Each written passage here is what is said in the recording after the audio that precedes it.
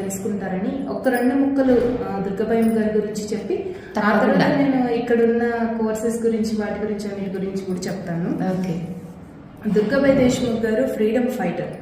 So freedom ఫైటర్గా మాత్రమే కాకుండా women ఎంటర్ప్రెన్యూర్స్ని ఆవిడ తీసుకొచ్చినటువంటి విధానం చాలా గొప్పది. సో 8 ఏళ్ల వయసులో ఆవిడ ఒక స్కూల్ నడిపారు రాజమండ్రిలో.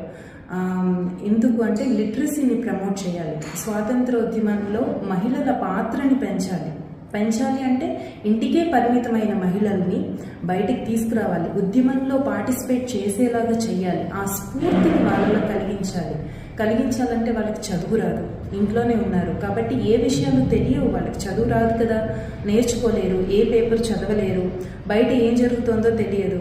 సో అలా తెలియకుండా ఉన్న వాళ్ళకి జ్ఞానాన్ని ఇవ్వడానికి, ఆవిడ నేర్పించడానికి ఒక చిన్న స్కూల్ని ఆవిడ 8 ఏళ్ల వయసులో స్టార్ట్ చేసి